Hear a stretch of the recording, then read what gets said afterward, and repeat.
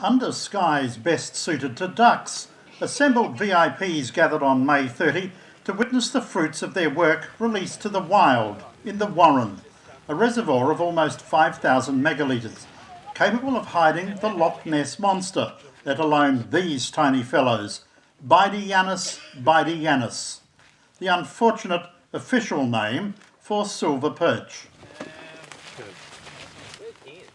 And there were lots of Bidyanuses in these boxes, perched on the shores of the Warren with their minders behind them, including the hard-working TAFE SA team, responsible for their breeding, Barossa Council officials and other fishy experts, keen to help the Bidyanus on their way. First, the perch were allowed to climatise in the freezing waters of the Warren, before being allowed to go free from their watery arcs to swim off into the murky brown yonder. Here they go. Here we go, the first lot. Oh, wow. In the absence of Minister Ian Hunter, REFISH officials welcomed all and paid tribute to those whose work resulted in this day's release. And they swam off. Yep. Good stuff. At REFISH SA, we've always known that reservoir fishing is about more than just access. We need to build these fisheries into vibrant opportunities for the future. So to be able to do that with these iconic native fish is a real privilege.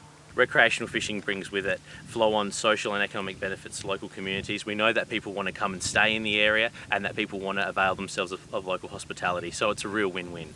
But it's these fellows, more pleasantly spelt Salmotruta and Oncorhynchus micus, otherwise known as brown trout and rainbow trout, that will bring the really big numbers of anglers to the Warren. That is, if the bureaucrats allow. Trout is the serious sporting angler's feisty fish of choice. For those who like to wrestle with their fish, trout has no freshwater equivalent and is recognised around the world for its lure in attracting cashed-up fishing tragics like no other freshwater species. REFISH has applied to stock trout in the Warren, but because the state apparently frowns on anything non-native, there's no guarantee that trout will be allowed. And seemingly there's no urgency on the part of REFISH in pushing the case for freshwater anglers. Will you be stocking trout in the Warren? We have applied to stock trout in the Warren. Some 200 days ago, and you have not had an answer from the government, is that correct?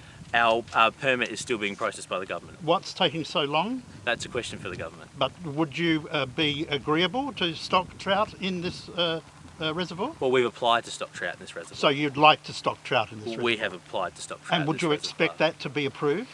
We would expect that the process follows due process, and we would of course love to be able to stock trout in this reservoir. And where is that application currently? When will it be decided? That's a question for the government. Well, you have made the application. Surely you have an interest. Well, absolutely. We've applied to stock these fish. So have you asked the government when they will be giving you an answer? Indeed we have. And what was their answer? Well, my answer to your question would be that that's a question for the government. REFISH's freshwater director Ian Fitzgerald was more forthcoming, until he got the glare that he might be saying something too much. Do you approve of trout being released into this reservoir? I do. You do.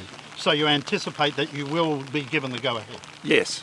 And but some few months into the future, we expect. Well, our first application took about a few months to come through, and yeah, it'll be a government thing. Where did my jacket go?